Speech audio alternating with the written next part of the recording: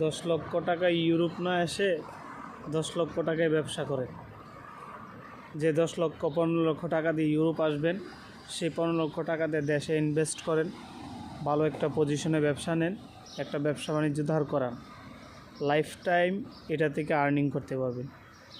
আর এখানে ইউরোপ আমেরিকার পিছনে দৌড়াইয়া অযথাই টাকা নষ্ট করবেন না, বুঝছেন?